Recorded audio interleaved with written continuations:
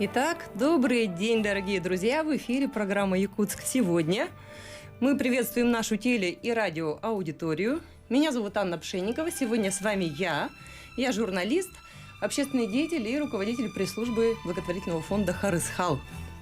Напоминаю, что у нас прямой эфир, и нам можно звонить для обратной связи. А телефоны нашего прямого эфира 32 00 66 и 32 11 66. Легко запомнить. Итак, сегодня у нас две невероятно интересные темы, два блока. Они разные, однако обе темы весьма важные. И в каждом из блоков у нас будут очень интересные гости. Итак, моя первая гостья, мой первый собеседник – Мария Чемпина, координатор благотворительного фонда «Дети Сахазии». Здравствуйте, Мария. Да, здравствуйте. Очень приятно с вами познакомиться. Но, однако, разговор у нас сегодня пойдет не только о детях. Мы поговорим о работе временного приюта для женщин с детьми, находящихся в социально опасном положении. Вот такая непростая и очень актуальная тема. Я правильно произнесла? Да, правильно.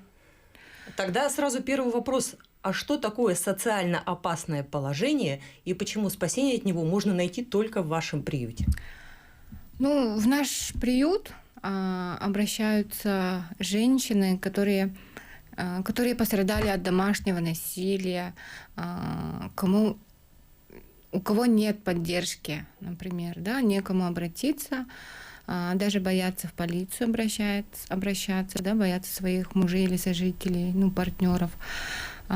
Также к нам приходят женщины, у кого нет совсем денег ни на что, ни на еду, ни на съем квартиры, вообще никакого жилья. В основном иногородние бывают у нас. Вот. То есть фактически это убежище для тех, кому больше некуда деваться. Да, в прямом переносном смысле. Можно и так сказать. Но это совсем другое. Это не убежище, а это же приют для женщин с детьми. Стучите.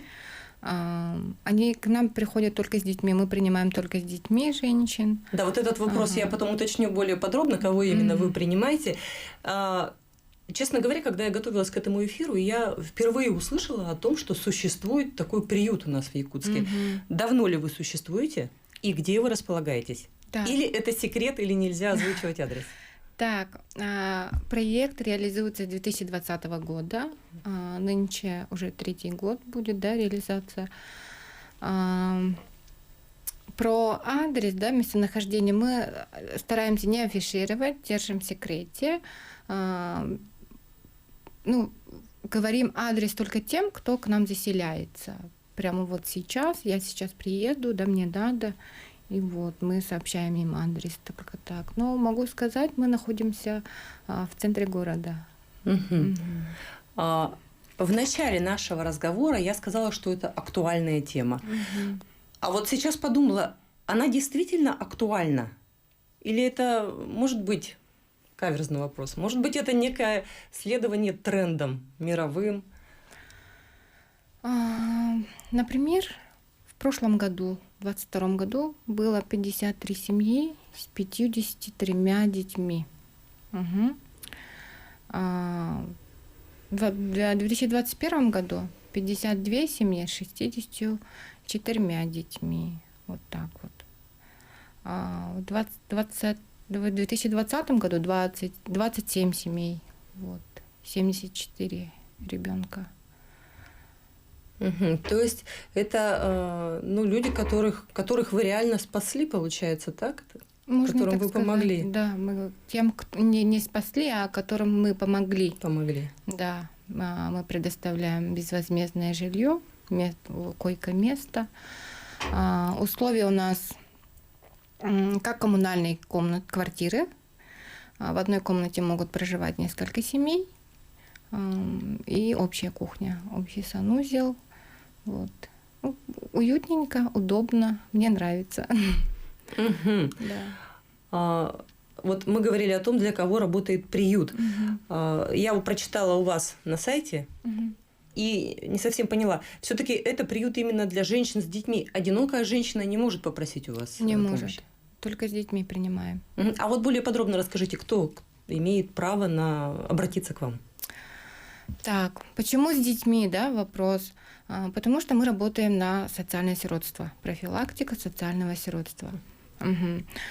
У фонда «Дети с Ахазия» два основных проекта. Это телепередача «Будем вместе» о приемных семьях и снимаем видеопаспорта детей-сирот, которые находятся в учреждениях. И вот временный приют для женщин, оказавшихся в трудной жизненной ситуации или, можно сказать, в социально опасном положении. Мгм. Временный приют проект курирую я. Мгм. Кто может к нам обратиться? Женщина с детьми, можно с одним ребенком или с 5, с 7, 3. Пострадавшая от домашнего насилия, у кого некуда идти, нет финансовых средств, средств к существованию вообще. Вот. Основное так. Что еще? А существует какой-то отбор? Ну, то есть, как к вам И попасть? по самообращению, простите, я забыла, по самообращению могут. Мы с коллегами рассматриваем ее ситуацию женщины, да, и можем заселить. Опять же, вот на сайте у вас увидела информацию, вопрос гражданства женщин, которые могут к вам обратиться. РФ, Российская Федерация. Если вдруг возникает такая ситуация, что человек, проживающий на территории Республики Саха-Якутия, женщина, не имеет гражданства, я думаю, у нас есть такие, не имеющая гражданства, но при этом она с детьми, и ей некуда деться. Таких еще не было у нас. Вообще у вас индивидуальный подход, Да. или вы строго следуете протоколу? Нет, каждому индивидуальный подход. Вообще у каждого же человека, у каждой семьи своя ситуация, свои сложности. Вообще, например, в жизни всякое бывает, да, кто-то реально вообще не может, на улице стоит с вещами, да, с детьми, некуда идти. И вот к каждому подходим индивидуально. Даже бывает то, что без паспортов принимали, восстанавливали их. Мужья, бывает, их порвут паспорт, все свидетельства и так далее, все документы могут порвать, и им некуда идти, никуда. Даже в гостиницу есть деньги, но в гостиницу они не могут, потому что там без паспорта не принимают. Вот. Кстати, вот интересно, вы видели статистику, какой социальный статус у ваших подопечных в основном? В основном это как социальный статус? Многодетные имеете? Нет, я имею в виду, каким слоям общества принадлежат. То есть это какие-то без определенного места работы, или, может быть, это вполне образованные люди. Даже с высшим образованием попадают. То есть с такой вообще без образования. 9 классов, 8 классов даже есть. С высшим образованием такого всегда прыгает. Конечно, мы статистику делали, но прямо сейчас точно не скажу. Ага. Вот мне подсказывают, что у нас звонок в студию. Алло, здравствуйте. Добрый день. Добрый.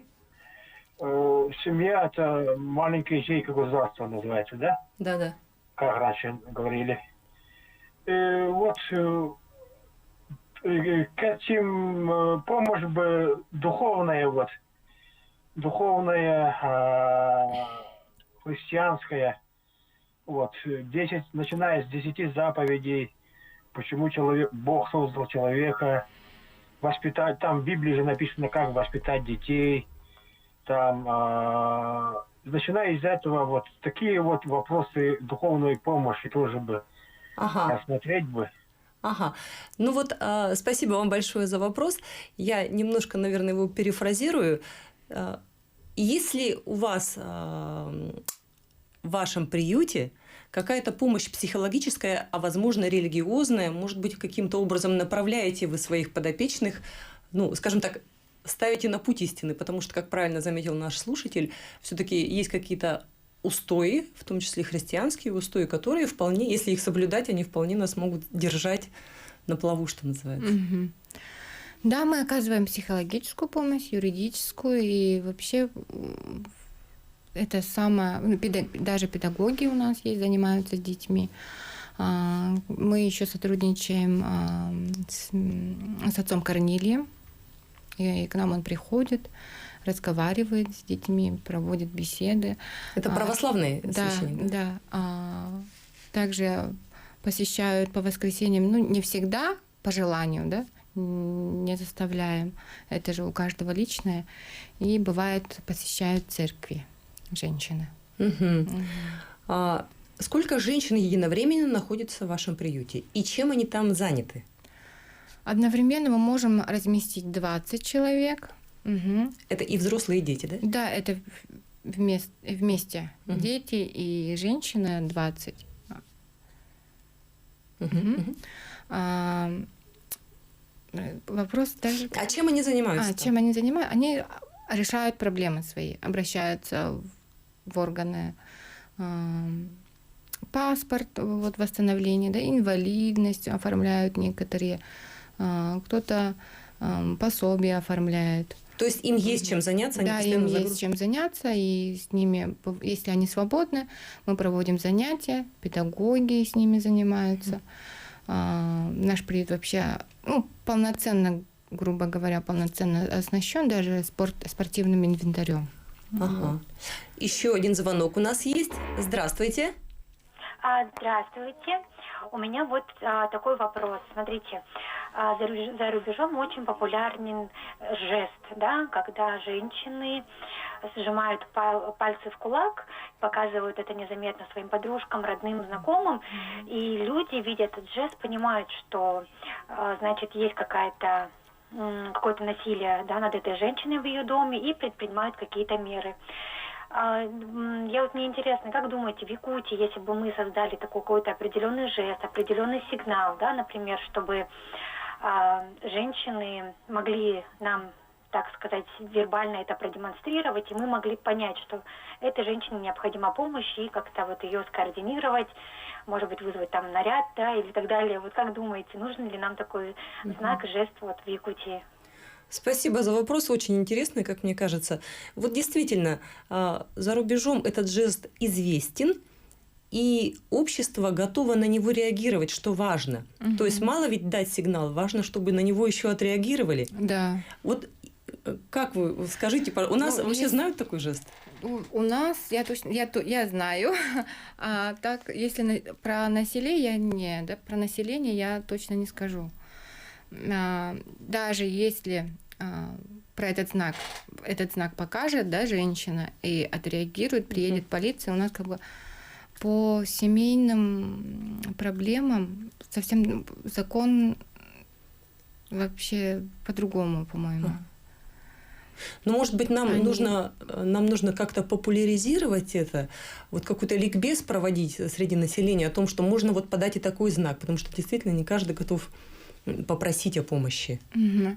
Обычно же так, полиция приходит, успокаивает мужчину или женщину, да, и уезжают, никого не забирают, или даже если забирают, обратно отпускают, взяв у них объяснение, и все. Что дальше с этой семьей, с этой женщиной, да, случилось, как бы кто знает.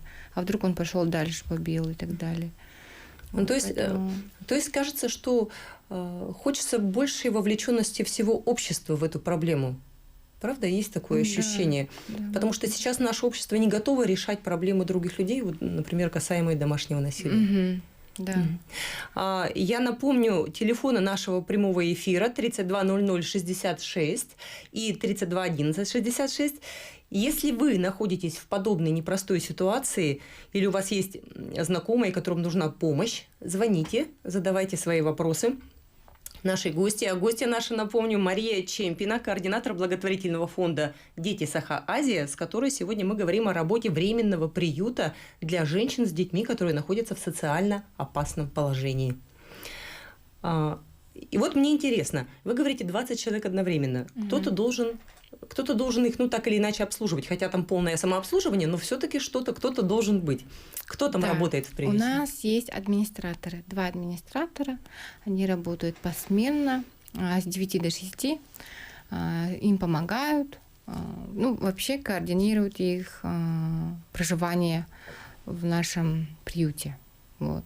Проводят беседы, консультации могут, помогают, советуют. Охрана какая-то есть? Охрана... Может быть, как раз для тех мужчин, от которых женщины бегут? Охраны нет, бюджет не позволяет. Но полиция очень быстро реагирует, довольно быстро. И у нас как бы видеонаблюдение есть, мы все сидим, смотрим, кодовая дверь стоит для безопасности. И вот. Ага, хорошо. Еще один звонок поступил к нам в студию. Пожалуйста, говорите. Алло, здравствуйте. Здравствуйте. Вы как можете вот пословица же есть, русская пословица. Муж и жена одна сатана. Мой друг в 90-х годах, да, попал в места не столь отдаленные, и из-за этого вот хотел спасти женщину, жену от мужа, тирана. Он ударил вот этого человека, мужа, она по коридору бегала, кричала, и он попал на 6 лет в тюрьму. Все, жизнь у него пошла наперекосяк. Как вы на это можете ответить? Спасибо. Ну вот интересный очень вопрос, как раз о том, о чем мы говорили. Кто-то сторонний человек хочет вмешаться, спасти, помочь, но получается вот такая нехорошая ситуация. Да. Ну, не убивать же человека за это на самом деле. Можно было вызвать и полицию, как-то задержать. Тут, наверное, вопрос вот относится вот к какой сфере. Часто женщина, которая становится жертвой абьюзера, она ведь... Она защищает. Она его защищает, да, в она первую защищает очередь. всегда в основном так. Многие к нам приезжают, то есть заселяются и обратно мирятся со своим мужем. Кто ее бил, психологически давил. У них какая-то вот зависимость, что ли, бывает. Вот, видимо, поэтому существование такого приюта, оно и необходимо. Потому что иначе решить достаточно сложный вопрос, тем более, если ты пытаешься остаться в правовом поле каком-то. Да, конечно. Ага. У нас совсем мало времени остается, вопросы еще есть. И вот очень, как мне кажется, важный вопрос. Женщина находится в приюте недолго, правда? 3? Недолго, максимум 3, но мы пришли к решению, то, что за 3 месяца вполне можно решить свою проблему. А что потом? Вот они возвращаются в свою привычную жизнь, в привычную ситуацию, и все это, в принципе, может рухнуть. То есть даже если нет этой опасности, да, то все равно. Да, в основном к нам приходят те, кто уже стоят на сопровождении в реабилитационном центре, да, для детей-сирот. А что такое сопровождение, уточните? Так, им помогают всячески, да. Также такая же продолжается психологическая и юридическая помощь, оказывают, да, консультации. И периодически смотрят на их условия, в каких условиях они проживают. Если, это только при необходимости. Если все хорошо, они уже сами самостоятельно в дальнейшем живут. Хорошо. Вы помогаете людям. А в какой помощи нуждаетесь вы сами, ваш приют? Да, конечно, мы нуждаемся во многом. Это в первую очередь продукты, бытовая химия. Это все расходники. Женщины вообще ни с чем приходят, да, ни денег, ни одежды. И мы им предоставляем с помощью наших благотворителей, кто к нам приносит. Вот. Так. В основном продукты и бытовая химия. Ну вот у нас практически времени не остается. Какие-то планы есть по дальнейшему развитию вашего приюта? Конечно, нам бы хотелось, чтобы он не развивался, потому что, да, чтобы этой проблемы вообще не было. И всё-таки. Конечно, да. Мы единственный приют в республике нашей. У меня есть мечта, желание, можно сказать, да, мы хотим оснастить нашу кухню. Всякими бытовыми приборами, которыми мы пользуемся у себя дома. Также, чтобы и в приюте было. Ага. Ну что ж, время у нас на исходе. Я от всего сердца благодарю свою собеседницу Марию Чемпину, координатора благотворительного фонда «Дети Сахазия», за очень содержательный разговор, интересный. Удачи вам в работе, всего доброго вашим подопечным. А мы прервемся на короткую паузу, после которой встретимся с не менее интересными собеседниками и поговорим о новом фестивале «Адуну Фест» и его амбициозных целях. Не переключайтесь.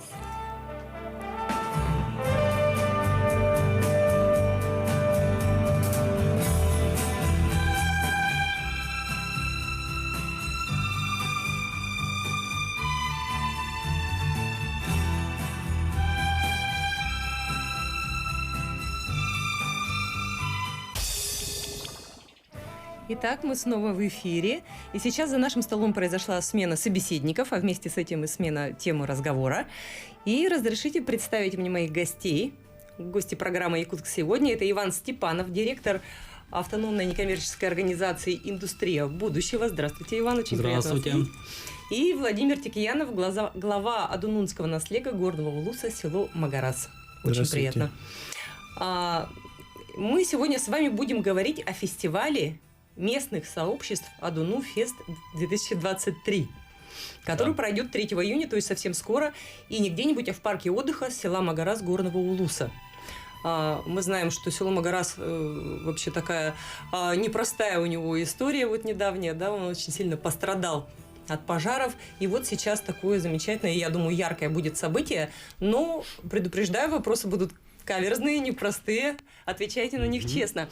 А для наших слушателей и наших телезрителей напомню телефоны прямого эфира 320066 и 321166. Звоните, задавайте вопросы нашим гостям, тем более, что тема разговора у нас, с одной стороны, приятная, с другой стороны, очень важная для Якутии, как мне кажется.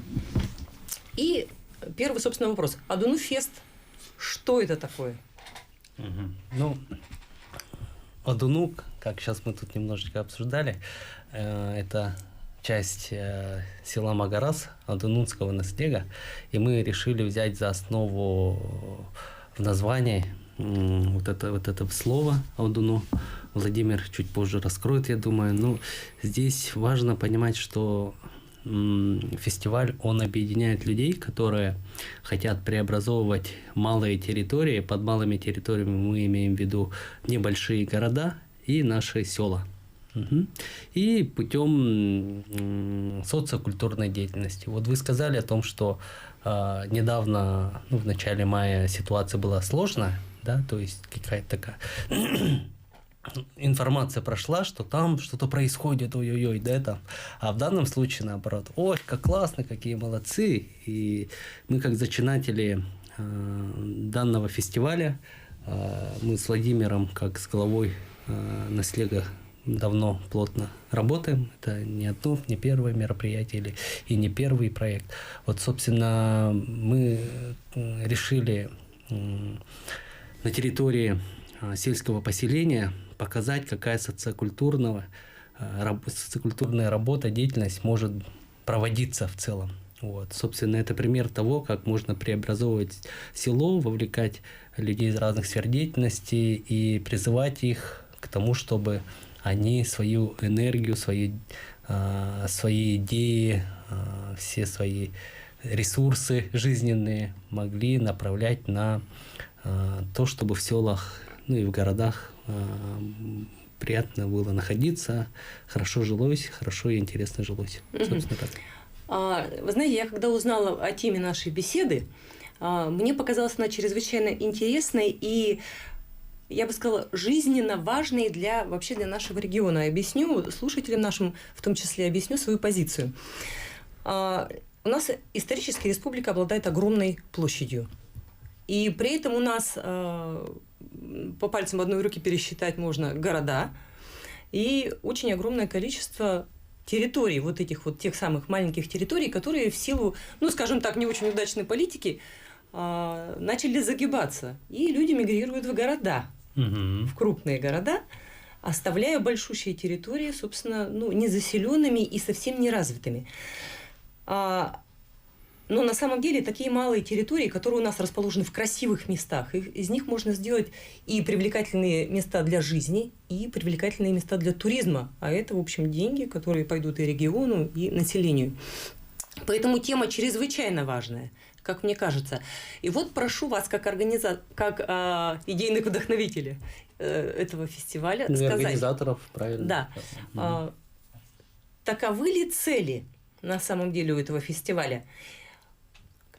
Или каковы они, эти цели? Вы задали проблему правильно. Вот, проблемы сельской местности скоро станут очень остро.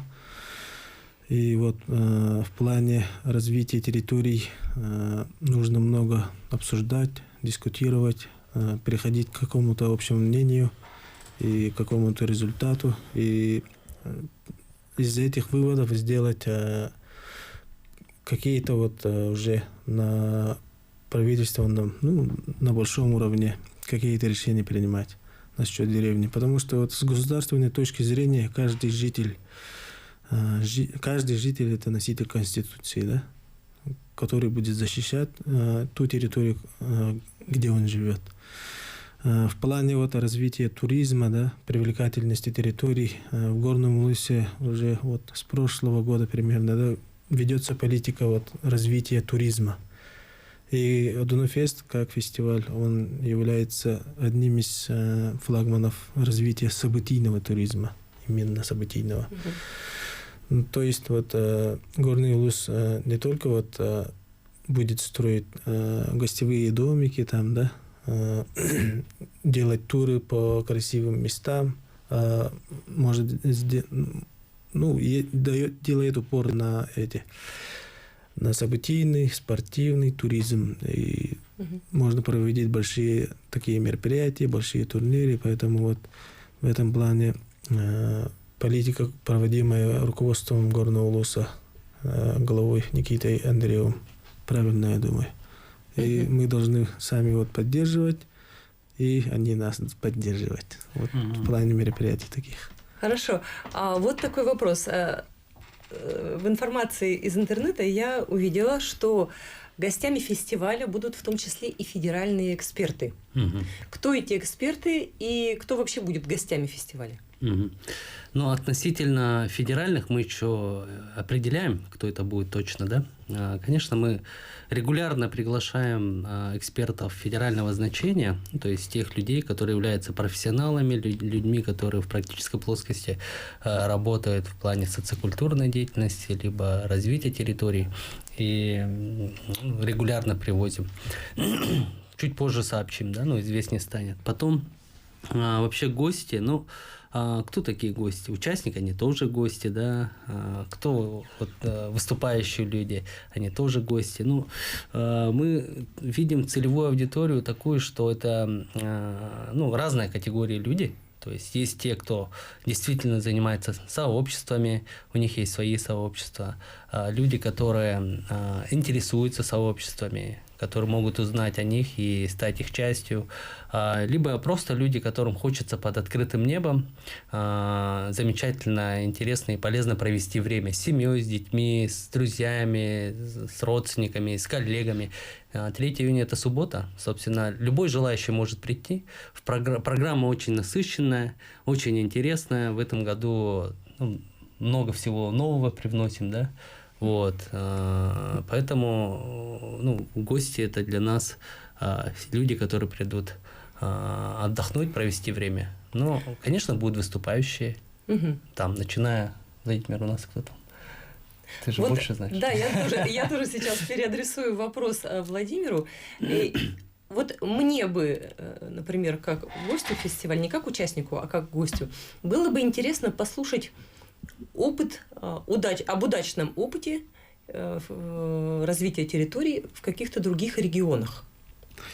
Вот будут ли такие спикеры, которые расскажут о том, как у них уже все хорошо? Вот, пожалуйста, пользуйтесь нашим примером, нашим опытом.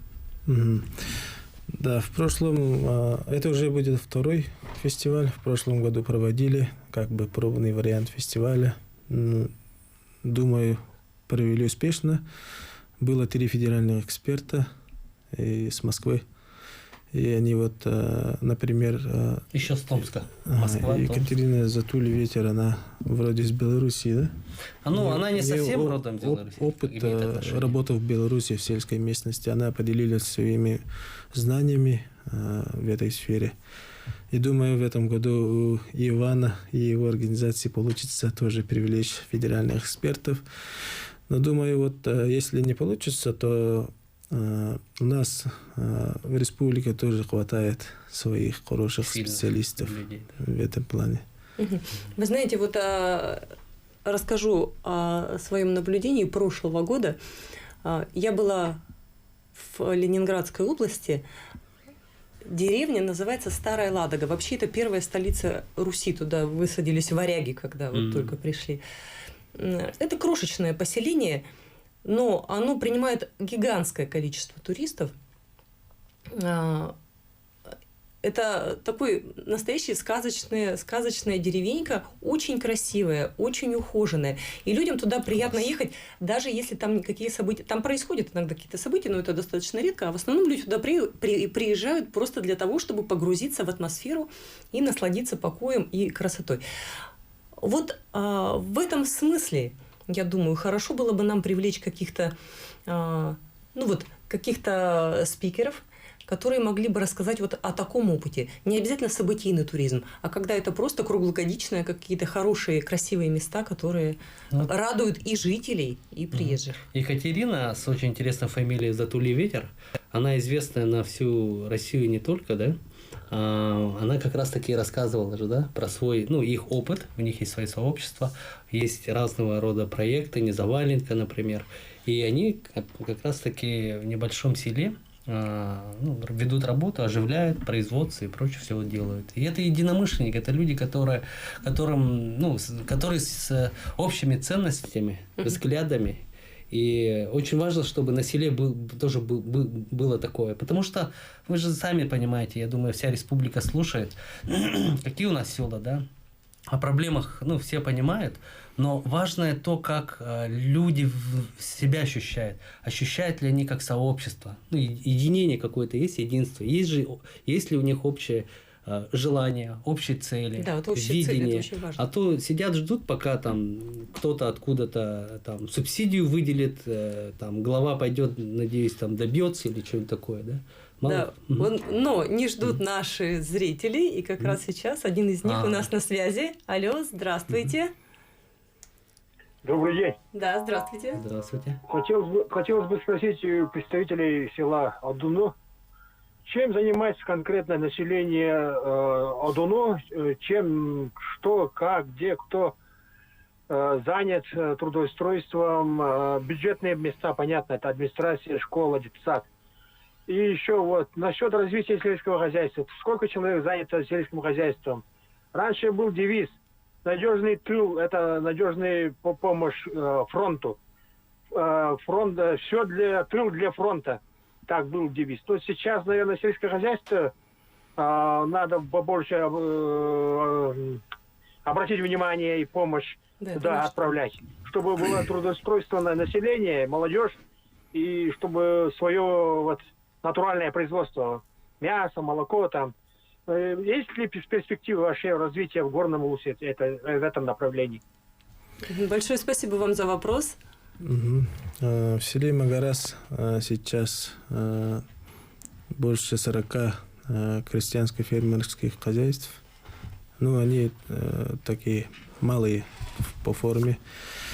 В год примерно на зимовку у нас 750 голов крупного рогатого скота. Но, думаю, сельское хозяйство это не только разведение лошадей крупного рогатого скота, да. И в этом плане тоже политика, проводимая в Горном Улусе, правильная. Работает программа «Семейная экономика» по Горному Улусу, да, по разведению скороспелых животных. И по этой программе, например, 40% от затрат возмещает муниципальное образование и муниципальный район, например.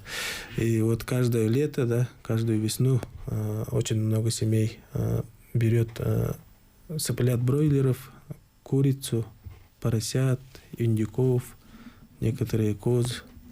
И так постепенно у людей развивается кругозор в плане сельского хозяйства, развития сельского хозяйства. То есть в этом смысле ваша территория вполне развивается? Вполне, да. Имеет перспективы. Да. И человек, который задал вопрос, правильно подметил, что сельское хозяйство – это надежный тыл. И думаю, руководство республики должно обратить внимание на мелиоративные работы в сельской местности. Будет хорошая земля, хорошие пастбища, хорошие сенокосные угодья, будет нам хорошее сельское хозяйство. Спасибо. Ну, давайте вернемся к фестивалю. Мгм. Фестиваль уже совсем скоро, 3 числа. Что скажете о программе? Что нас ждет? В программе, ну, как я уже отметил, очень насыщенная она, да, у нас. В основном состоит из культурной, развлекательной, деловой, спортивной частей. Что касается, ну, наверное, все-таки про деловую надо сказать, потому что замысел в том, чтобы собрать людей на одной площадке, в одном месте и замечательно проводя время, говорить о насущном и судьбоносном, да, о малых территориях. Потому что мы далеко, ну, смотрим, мы как бы думаем в горизонте планирования там до 1935 года, самое ближайшее, да. Ну, мы себе позволяем думать по поводу 2050 года. Мы с Владимиром, как часть большой команды, которая разрабатывала планы развития республики на 100 лет вперед, мы тоже заглядываем на 100 лет вперед. Да? И этот фестиваль – это часть большого, ну, так, большой деятельности. Тоже как-то вот вопросы, связанные с сельским хозяйством, мы тоже это прорабатываем, можно сказать. И в программе мы в деловой части тоже затрагиваем такие вопросы, связанные вообще с будущим сельских территорий, ну, малых территорий в целом. Также из культурных и спортивных это... Ну, в программе у нас после деловой части несколько площадок. Это летний кубок Саха-КВН среди центральной группы районов и города Якутска. Будут проводиться соревнования гонки ГТО. Это сейчас очень популярно, да? ГТО у нас в тренде. Будет отдельная площадка по патриотике. Как бы это разрабатывается с Министерством молодежи. И вот лазертаг, соревнования по лазертагу, военной тактике. И будет... По брейкдансу будут соревнования, знаете, да, брейкданс олимпийский. Брейкинг. Ну, брейкинг, правильнее, олимпийский вид. Так, друзья, у нас остается всего буквально 30 секунд, поэтому это такая тема, о которой можно говорить и говорить. Я бы хотела пожелать вашему фестивалю, ну, помимо удачи, успехов и таких дежурных пожеланий, чтобы он не превратился в такой яркий фантик, когда мероприятие ради мероприятия, чтобы он достиг тех целей, которые вы перед собой, собственно, ставите, да, чтобы действительно... Спасибо. Развитие наших малых территорий, чтобы оно происходило. Да, Владимир, Иван, огромное спасибо вам за беседу. Да, дорогие друзья, вам большое спасибо за внимание. С вами была Анна Пшенникова.